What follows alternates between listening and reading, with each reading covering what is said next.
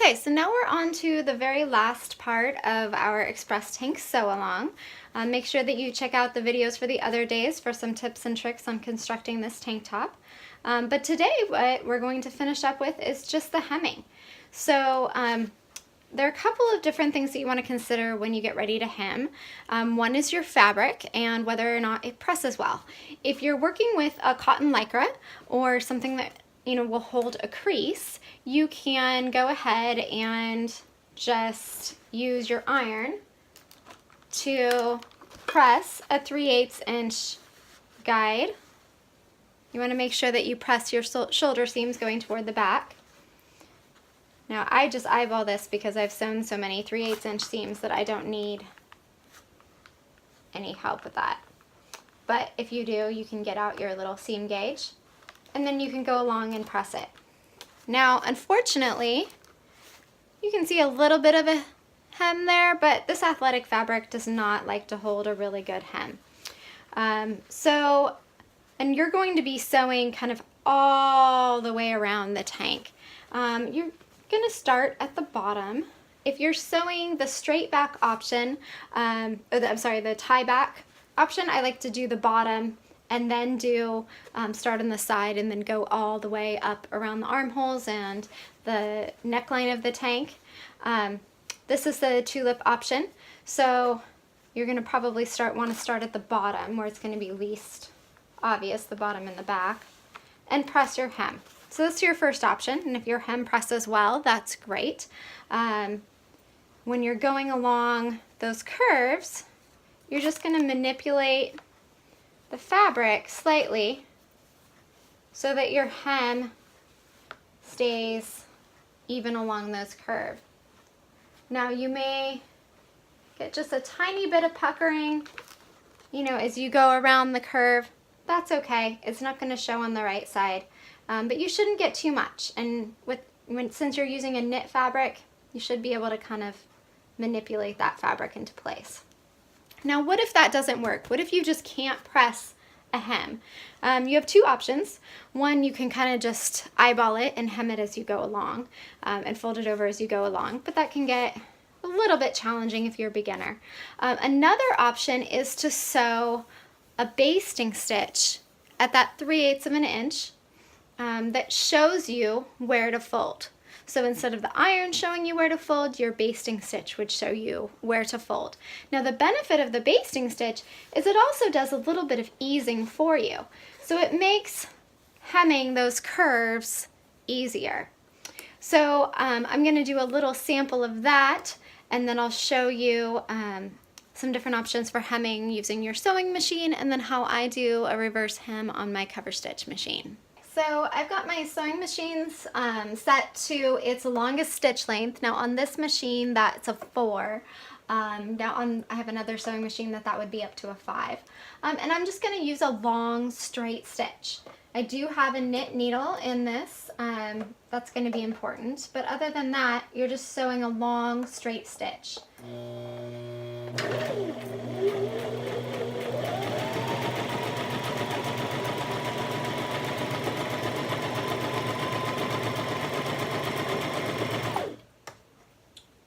So you can see that what that's doing is just stitching along here, super long stitch. It's going to be easy to remove, and that's just going to be your guide. So I'm going to use this since my fabric doesn't press well, and I'm going to go all the way around the tank. And this does take a little bit of time, so feel free to fast forward if you've got the hang of this and you're just kind of bored. I won't be offended.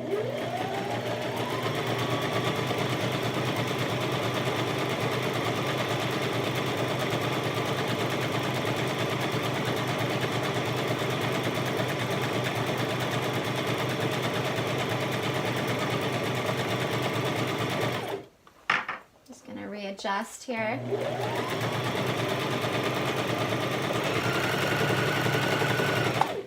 Now when you get to the shoulder seams, you want to make sure that your basting is allowing you to press those toward the back. So this was the back of the tank that I started with, so I want to make sure that my shoulder seam is pressed this way.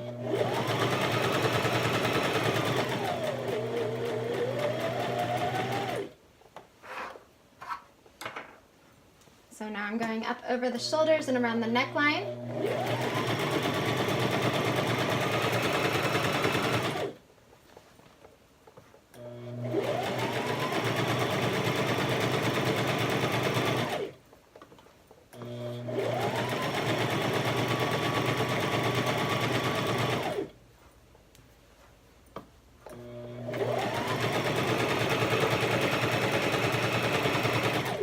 And now again, as I get to the shoulder seam, I'm making sure that's going toward the back.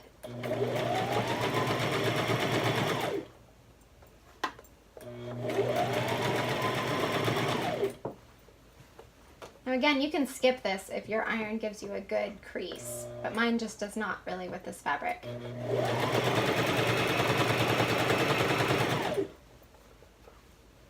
Now I'm going down and around the armhole.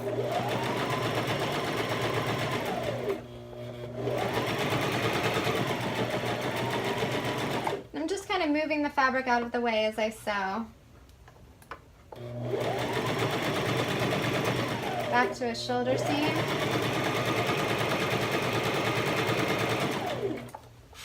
Make sure you have plenty of thread in your bobbin when you start this.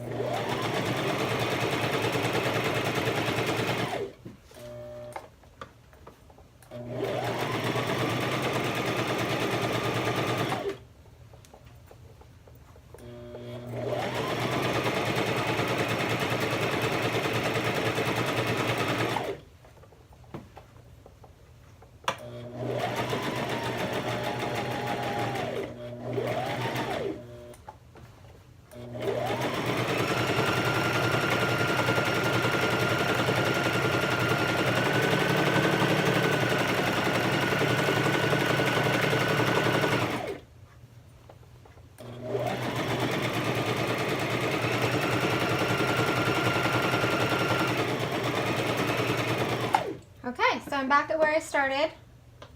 Seems kind of tedious, but it really only takes a couple seconds, a couple minutes.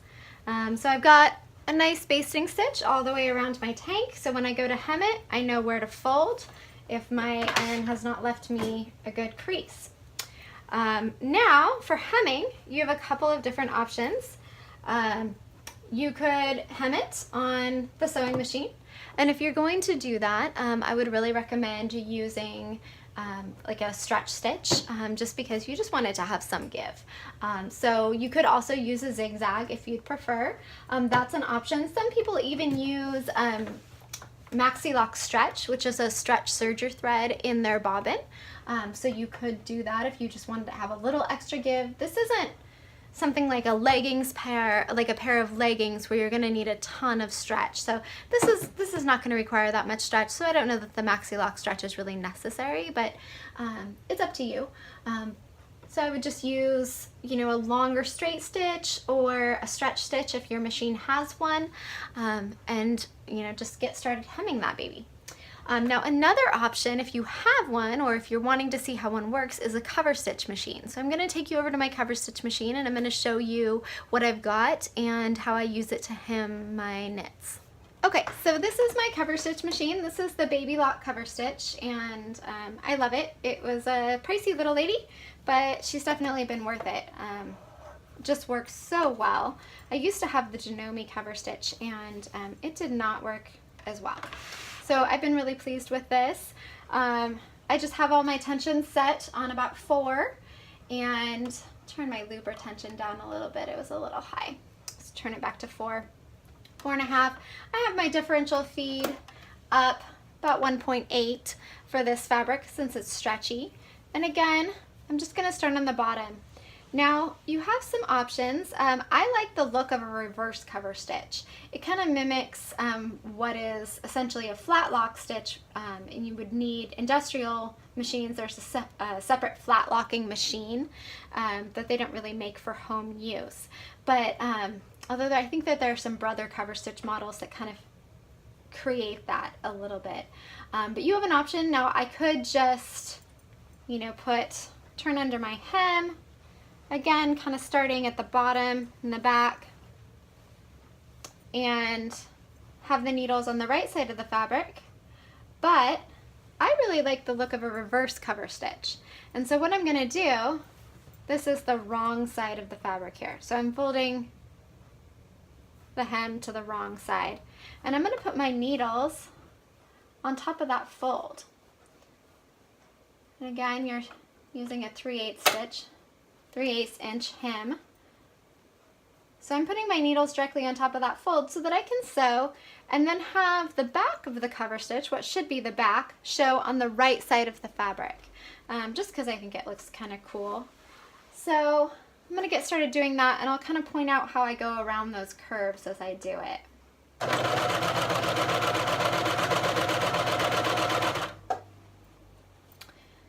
So as I get to a little bit of a curved section, I typically just kind of readjust, make sure that I've got the guide hem or the basting stitch in the right spot. I'm putting it even with the edge of the presser foot here.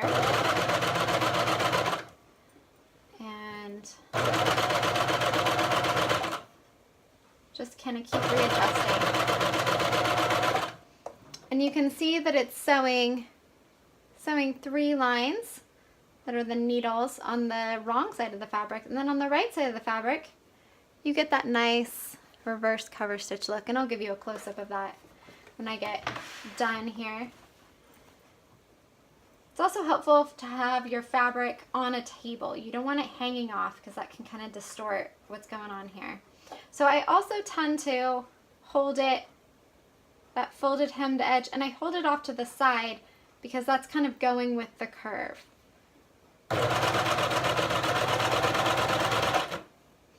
And if your hem gets off that guide a little bit, no one is going to know.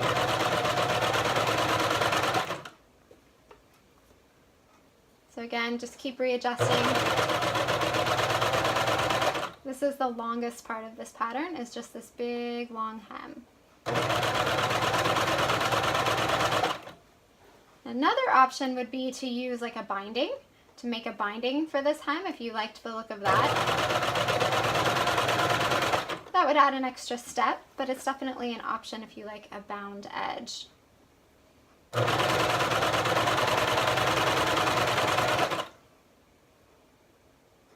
So again, I just kind of keep readjusting.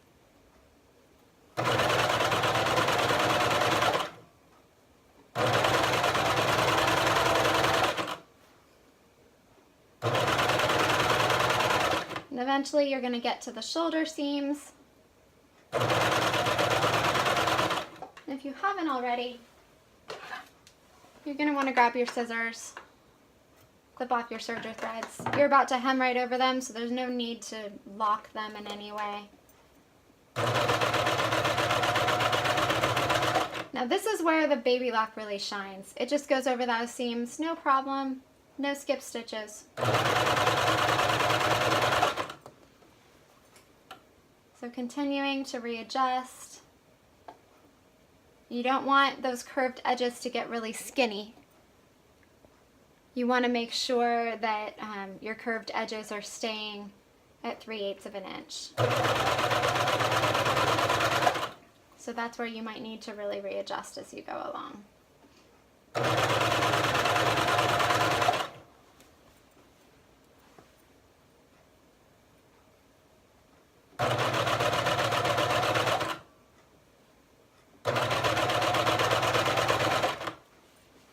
And you're going to feel like this takes a week, but once you got it done, then you got your tank. Now sometimes I just eyeball this. Sometimes I just look at it and I do it by feel.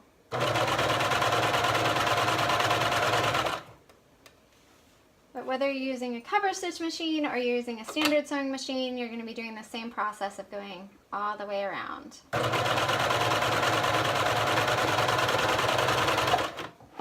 Got to another shoulder seam here. I'm going to clip that thread.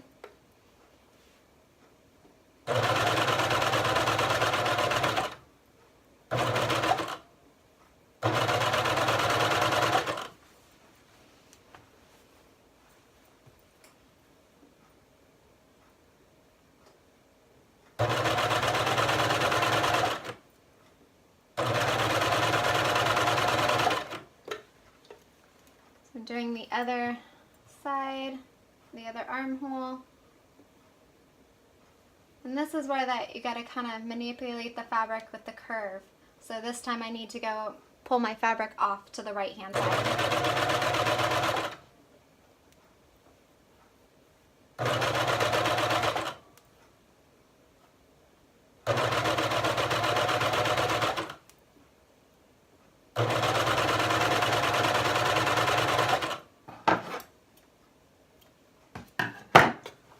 Flip it.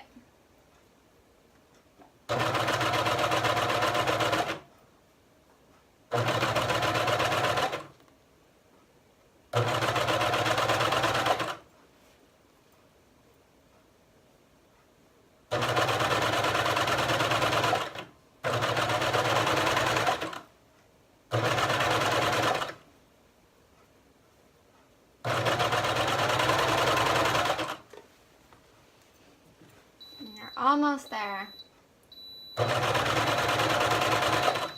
That's just my iron telling me it's turning itself off, which is a really nice feature, else I'd probably burn down the house. Okay, so again, going with that curve so you don't get any weird gathering.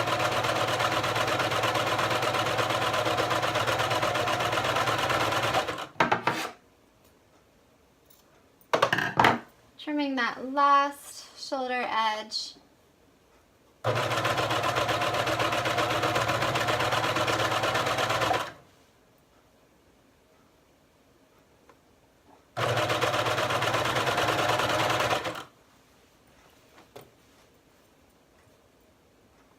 All the way around.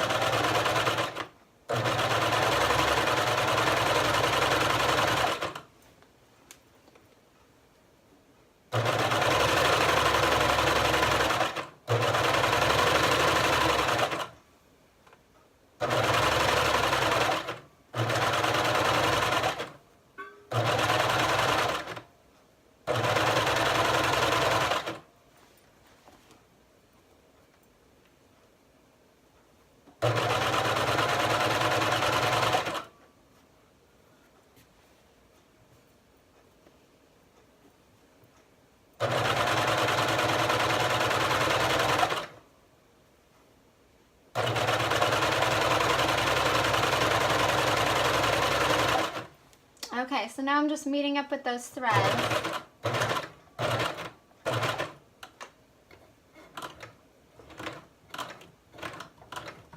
And going over them a little bit. And then the way that I like to lock my cover stitch is lift up the presser foot, sweep my threads toward the front, clip them, and then pull it out through the back, which knots them. So now you can see, you could use a little bit of a pressing. But you can see that I have my finished Xpress tank. So it's all, now the cover stitching is on the back of the cover stitch is on the right side of the tank. And it's all hemmed and all ready for wear. So I can take out my pin that shows me which was the right side. And I can also go through and unpick all those basting stitches. So I hope that has been helpful for you. I hope that you've had a good time making your first Xpress tank. I have a lot of other tutorials and sew-alongs that I've done. They're all available on my blog. This one will also remain available on my blog as well. So if you lose the thread and you want to come back and watch one of these, you're more than welcome to do that. And I'd love to hear any questions you have and see your finished tanks. Don't forget to post them so that you can be entered to win some fun fabric and pattern prizes. Thank you for sewing along with me.